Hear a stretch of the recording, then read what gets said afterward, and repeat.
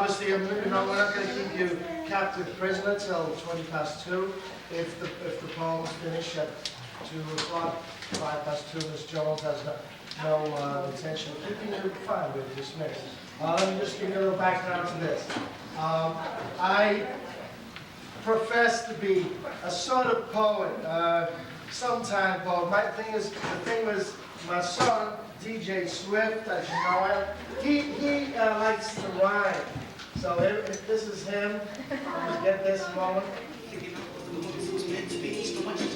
This is his latest record. It's a little right with Moran. I don't say it's going to get published or anything, but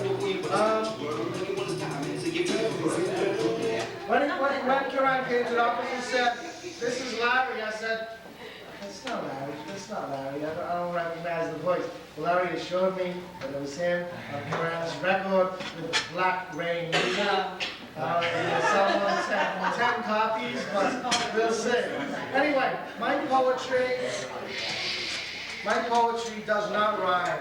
My poetry is basically a set of ideas line by line, but I find that it comes out more easily that way. There's no rhyme, there's no pausing, there's no same number of syllables per line, just ideas that come out.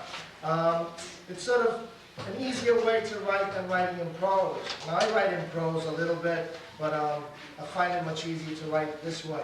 So, you see the program in front of you. The concept is me, a Liverpudlian from Liverpool, as opposed to Mr. Caulfield, who's from Manchester. And although he has kept his accent, I would suggest probably, as you'll see in a moment, that mine is much different than when I came here 15 years. No, actually, even when I'd gone to live in London, I'd started to lose it. It's Liverpudlian or Scouse is a way of speaking English, but if you don't know it, you won't be able to understand anything. It could be that I was speaking in French, and suddenly, after a few minutes, you'll say, "I can understand everything he's saying." It's just that he's speaking with a different accent. So there are about 3 of the poems that are in Scouse. You should be able to understand them. If there's any clarification that needs to be made, I'll do it. The program has amusing poems. There's one which is very serious, probably more serious than the others, Black Tuesday, which was written about the incident last week in Colorado. There's a little poem about my nephew. There's lots of situations about stereotypes and color that deal with something that the jail's Friday group might like to think about. There's 2 love poems. Not that I'm a great romantic, but yes, and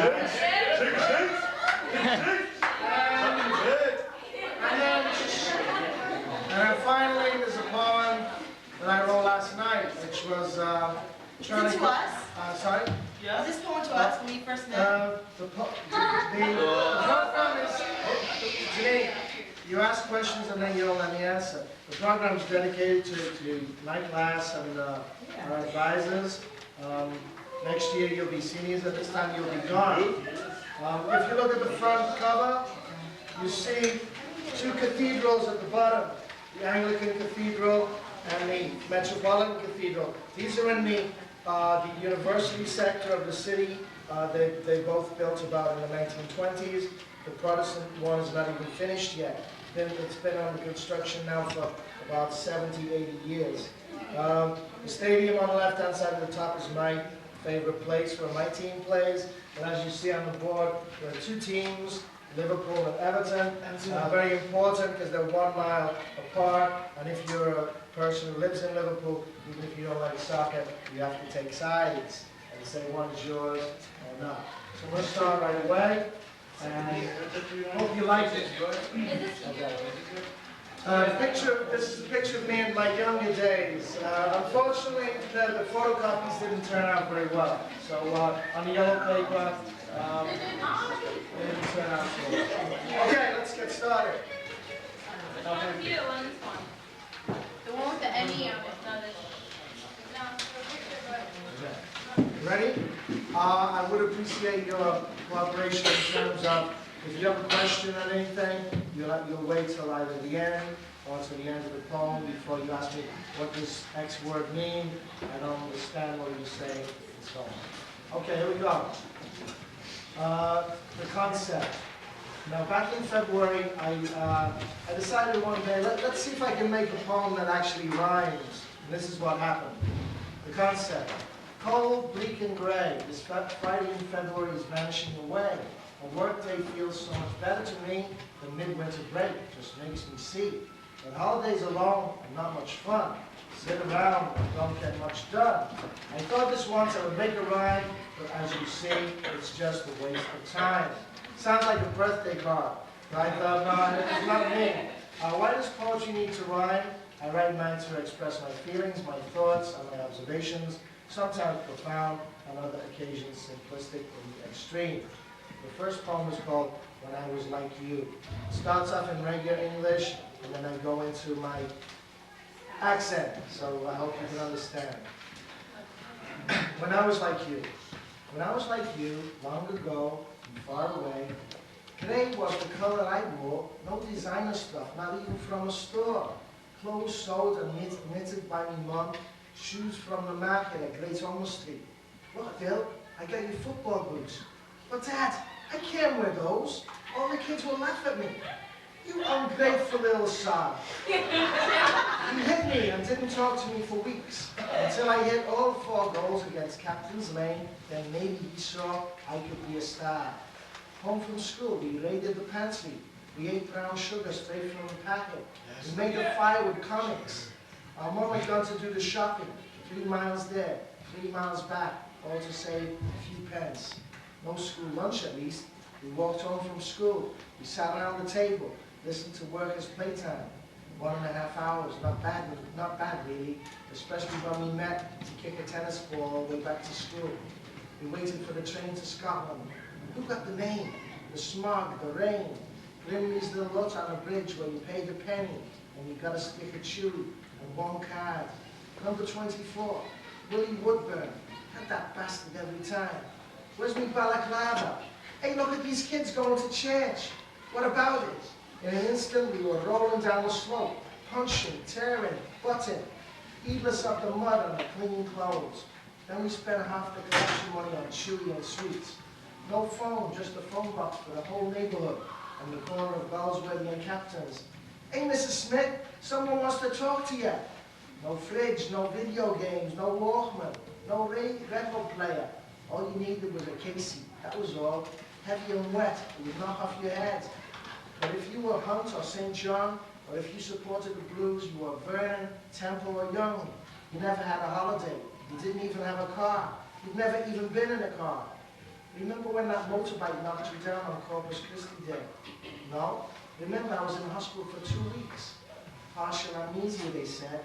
That guy brought you sweets and toys every day. Yeah, that was great. I remember I found my clothes and ran away from the hospital, down the street towards the docks. But they chased me and caught me.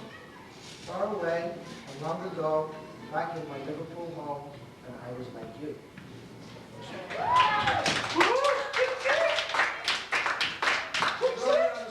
I don't really understand what a balaclava is. A balaclava is a woolen helmet with a little space for your face.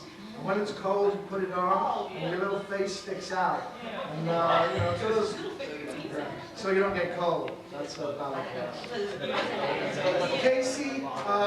Casey is a leather soccer ball with a valve that comes out. You blow it up with a pump, and then you fold it over and tie it up and put it back inside. But the ball then is not quite round.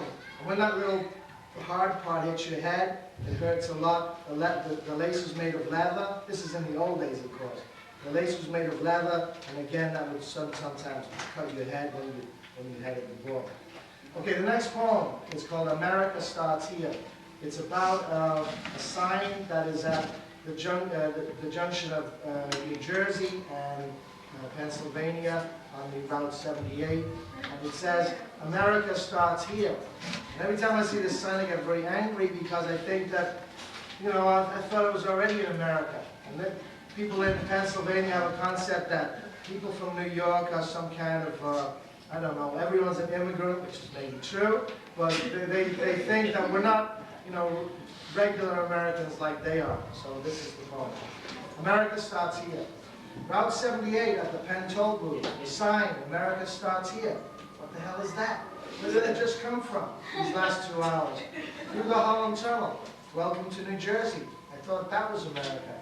Even though Jersey is not my place, why then does America start in Pennsylvania? New York keeps the nation running. Everybody knows that. Remember that time in Lancaster, Pennsylvania? The 5 of us had gone to see baskets and antiques. 3 from England, 1 white guy, 2 half Chinese kids, and 2 West Indian American girls from South Shore. Was it the color of the skin? Maybe. More the New Yorker, the Brooklyn thing. America starts here. I hate that shit. Come to my city. Be a tourist in Chinatown, on 5th Avenue, 57th Street. Hey, you won't even get to where I am.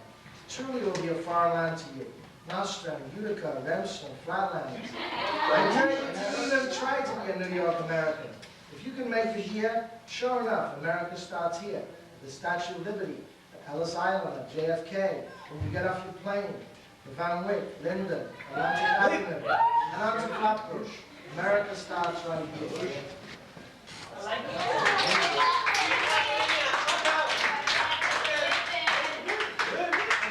Okay, another poem in Lithuania. This is very extreme, so see if you can understand it. It's called Scouse. Okay? This is for someone who has just come back after several years. I haven't been to my city for 12 years now. And even when I went there, I was only there for 1 day. So I don't know what it's like now, but I'm sure they still speak the same way. Hey La, where you been? I've been to London to see the Queen. How's your ma? She kicked it. When did that happen? 7 years ago. Siggy's, you know. So what you think of the pool? Don't know, didn't even see it yet. How'd you get to town? You take the 57 bus across the road. How much is it? 2 quid. Fuck that, I'll walk. Where's your Ross? Who? Who? Oh, you mean Rory. She's in the alehouse with her husband. What time's the match? 7:30. You got a ticket? What ticket? I'll go in the car. Car? There's no car, they knocked it down. On your bike. Spew that. Ta-da. I don't know if you know anything in the last one. On your bike means, I don't think you're, let's say, Mr. Toronto, give me a, on your bike, get out of here. Hit the road. Hit the road. Hit the road. More like, I don't believe what you're saying. On your bike. Spew is a very nasty, you know, spew means like be sick. Spew that means let's leave, let's go. I don't like this. So we say, let's spew this means let's go. We don't like this anymore. And ta-da, what's ta-da? Ta-da. Okay, this is a serious poem now. This is about the incident last Tuesday. Okay, Black Tuesday. It was a Black Tuesday in a high school in Colorado. A feeling of numbness and disbelief hangs over America. A Tuesday like any other. Math, English, French, and science. Kids watching the clock, thinking about ball games and dates. Others simply about the next meal for their hungry tummies. Who were these students who killed their fellow students, and then so cowardly themselves? Why?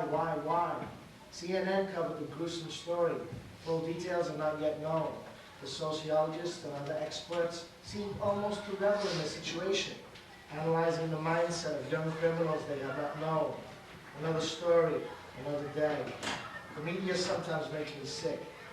What about the parents of the victims? What about the loved ones of people who are missing? What about those who skipped school that day?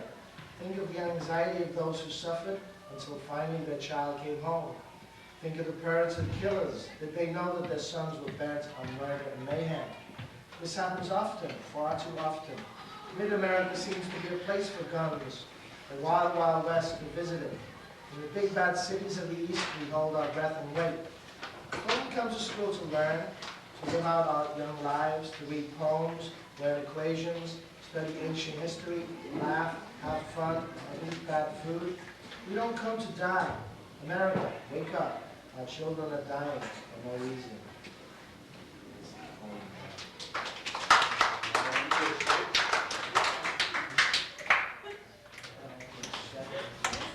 Okay, this poem is about a little 3-year-old. Anyone got a 3-year-old, 2-year-old brother, sister, nephew? Okay, you'll recognize them. Okay. Still a lot of people don't make a little bit of noise in the back. Right? I'll use that ball for another purpose in a moment. Okay, the poem is called Little Homie. Julian, my little homie, 3 years of mischief. The terrible 2s now give way to the thrilling 3s. Too much energy in that tiny body. Peter, tell me, pig. The 3 pigs. Are you not tired of that story yet? Maybe someday soon I'll have the wolf eat those darn porkers. What you want for Christmas, little homie? A blue truck. Well, what about a red or yellow? No, Peter, a blue truck. Little homie, heaven help your future teacher. To cope with that energy, you require a very energetic educator who will sleep little and scurry a lot. Little homie Julian, where are you headed? Far. What will you do? Much. Time for bed. No, don't want. Okay, happy birthday, little homie.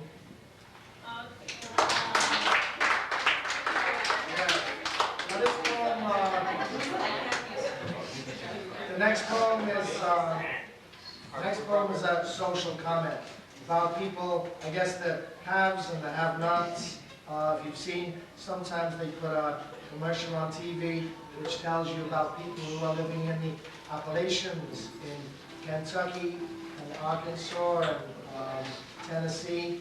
People that we call probably hillbillies, white trash. They live in huts, they don't have any running water, and pretty much it's not a lifestyle that's going to get you beyond probably about 20 years of age. They have no running water, and they don't have good meals.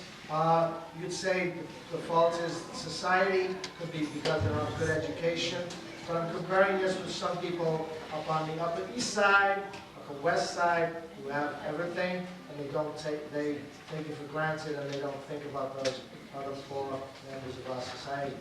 So it's called East Side, West Side Appalachia. La-di-da, la-di-dee. Guess what? Daddy's Lexus is in the shop. You have to take the Camry. What a drag. Oh yes, my skating lesson at the Piers is at 6. My instructor doesn't like my new dress. Like, I hate that bitch. Meeting Samantha and Penelope at Lex at 86. Maybe we'll get some CDs at HMV. Maybe shot in Town. Lifestyles of the rich and famous.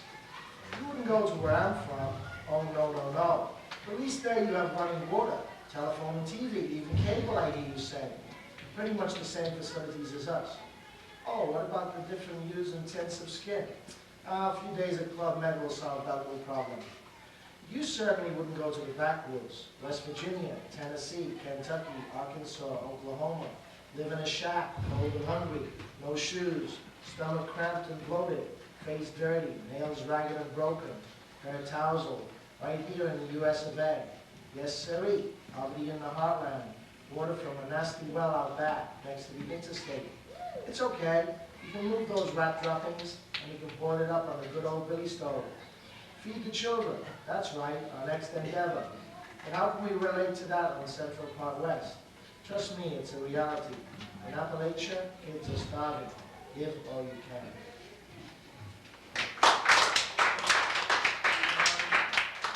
Next one is about stereotypes. Now, we've talked about this. We had that session with the man who came. We spent the whole day. This was written, though, 2 years ago, way long before that man came. It deals with all the stereotypes that we sometimes see in our society. Stereotypes. You go to a private school, you must be rich. Oh, that black guy over there has such great rhythm. See him dance. Oh, you're English. Shall we go and have a cup of tea? Tell me, is the fog in London really so thick? You know, it's amazing. Conchita is so articulate. Well, why not? She was born here, and she does go to Princeton. Tell me, how does Ivan Ivanovich get here, all the way from Brighton Beach? Oh, he lives in Brooklyn Heights? Where's Mr. Chen's restaurant? How's his fried rice? Well, no, actually, he's a pathologist. Oh, look, there's Pierre. How could he eat those snails and frog's legs? Well, actually, he's a vegetarian. Stereotypes, so many, so wrong. They breed distrust, contempt, intolerance, and hatred. Truth is, these days, nobody knows. That white guy, Hornacek, he looks like he needs some new false teeth. He's the idol of Utah. He's got some game. That black girl with the infuriating voice, Wendy Williams, she's surely never been on Pickett Avenue, Grand Concourse, or Utica. Big up to the ghetto. Which ghetto? Garden City, White Plains, Scarsdale. You all make me sick with your stereotypes, but then I have them too. I think English people are cold. Scottish people are savage and drink a lot. Welsh people sing and like rugby. And Irish people, well... Mr. Caulfield, doesn't it rain a lot in Manchester? Phil Saccone, could I feel comfortable in Bay Ridge or Bensonhurst? I'd really like to get some ribs and collard greens. Not there, huh? Okay. We fool around with stereotypes, but now the world is starting to know itself better. But there are so many aspects of life that we do not know. Do all ice hockey players talk so loud? Are people with glasses more intelligent? It's not all race, religion, and nationality. Take the person for what they are. Get to know them. You'll find that old guy there with the gray beard has the best rap collection in town. The 400-pound black guy in overalls goes to Brahms at Avery Hall. The teacher drives a truck. The trucker teaches math. Take nothing for granted. Listen, read, talk, and learn.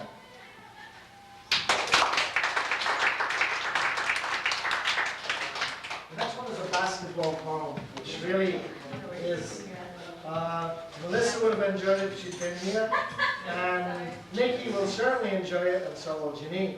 It's about their basketball season and how we had such a good time this year. Out of season. Out of season, the warm raindrops fall, splashing onto the Lincoln Place sidewalk. I glance up through the gym windows. The scoreboard is blank. No sound could be heard from within. I close my eyes and I think back in time to cold February days, and only one thing was on my mind: basketball championships. Through the bare branches of the great trees, the twinkling red lights reflected our triumphs. The big crowd bade its approval. Janine to Julia, over to Nikki, back over to Jordan, a little past the Molly, off the boards, the little layup, easy as falling off a log. Swish, swoosh. Lexi to Chantal, Melissa to Megan. Swish, swoosh, swoosh, nothing but nylon. The orange ball bulging out through the white string net. Jubilant Lady Lions, delirious fans. 24:05, the greatest season in BC history. The state championships, Bishop Ford to Nazareth and over to Greeley. The flag, the anthem, the expectation of victory, the reality of defeat. But not without glory and lots of fight, all around the city, following the magnificent nine. The brown bricks hold their secrets. They sigh and call for the banners to comfort their cold faces. All too soon, the wooden benches will fill with restless followers. The November air will resonate with the sound of bouncing balls and squeaking shoes. But now it's out of season. The empty gym hugs its memories and longs for winter once again.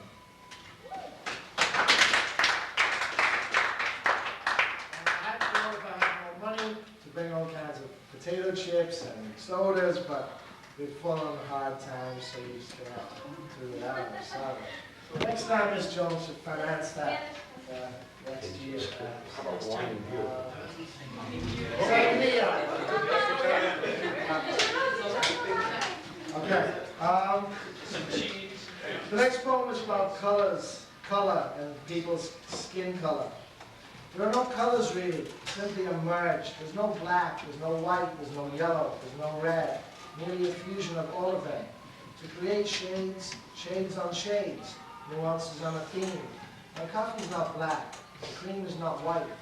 Us white folks, especially Blanco, black people are not all negro. Since when was a Chinese person really yellow? A Native American is in no way red. Why do we try to classify people by colors? Use their names, towns of origin. Certainly describe them physically if you can. Height, weight, certainly. Facial structure, body build. But leave out Caucasian. What the hell does that mean? Is an English person like a Celt, or a Scot, or a Swede, or a German? Are all people of color here African Americans? I think not. Not all people equal, but different. The unknown creates a barrier. That is why people of another race sometimes appear at first glance to be similar. To look beyond the color, See the gleam in the eye, the winning smile, the set of the shoulders.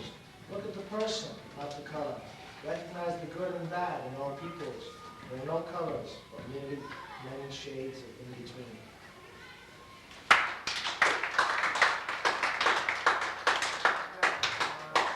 The next one is a love poem, so if you like a love poem. Yes, yes. Written to, no one in particular.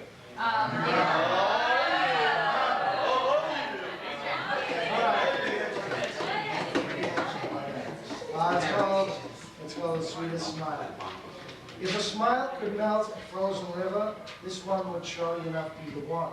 A smile that warms the most bitter chill, causes the New England icicles to plummet to the granite-like turf in the Apple Ocean, as if a Nevada desert sun had somehow veered off course and wandered eastward across the plains and into the frosty air of the Hudson Valley.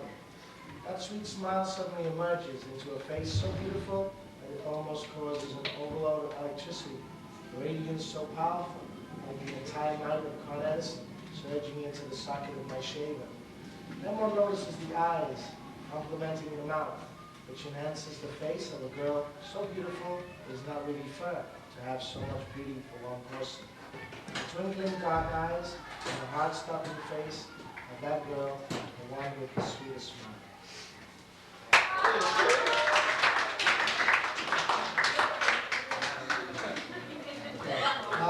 The next poem I wrote last night, because I thought I had to come up with something new for Miss Jones, who's heard all these poems before several times.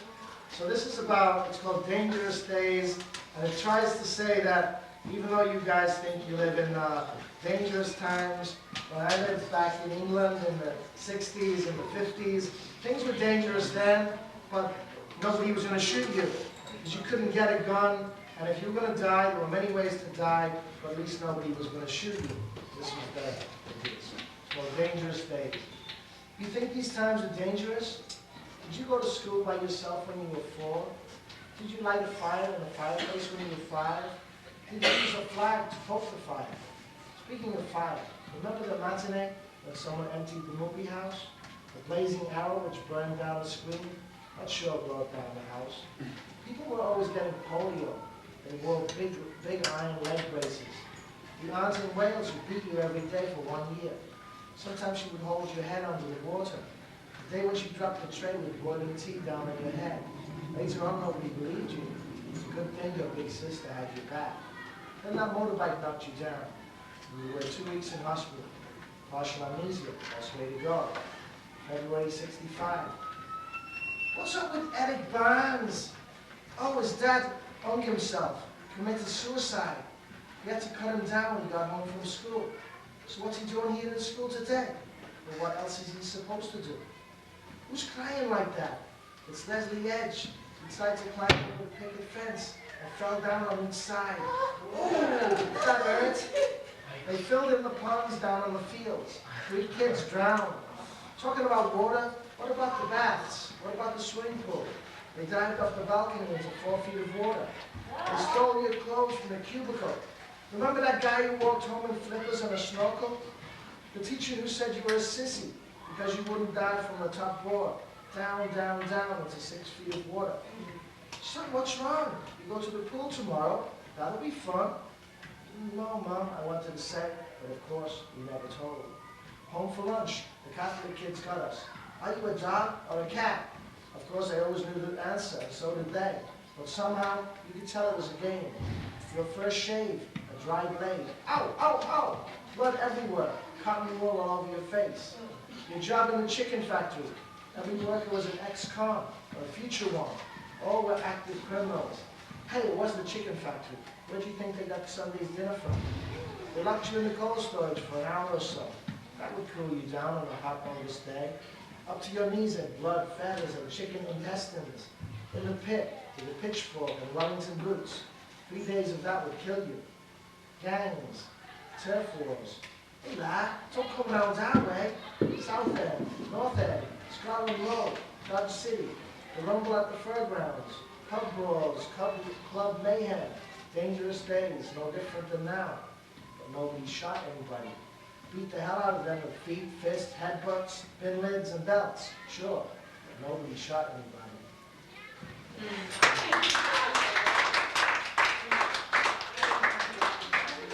And the last poem. See, now it's at 2 o'clock. Good.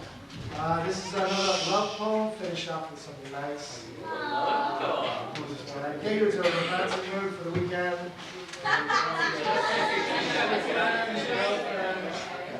Let's go when first we met. We didn't meet when first we met. No words were exchanged, but my heart did stop beating, recognizing that something special had happened. When first we spoke, the conversation poured out in torrents, like shoots of clear water over the majestic falls. Each encounter a glowing moment etched in time. When first we met, I couldn't foresee that the highways and byways would carry me thousands of miles, with her, without her, always thinking of her, hither and thither, places so mundane, but which sparkled simply because she was there. A simple dish of matzo balls would become food for the gods. A dingy, squalid street in Alphabet City would become the Champs-Élysées. Her face was a heavenly creation, a smile warm like the sun, a laughter soft chimes with perfect music. When first we met, I didn't know a lot. I certainly didn't know that I had met the love of my life. When first we met, all that time ago.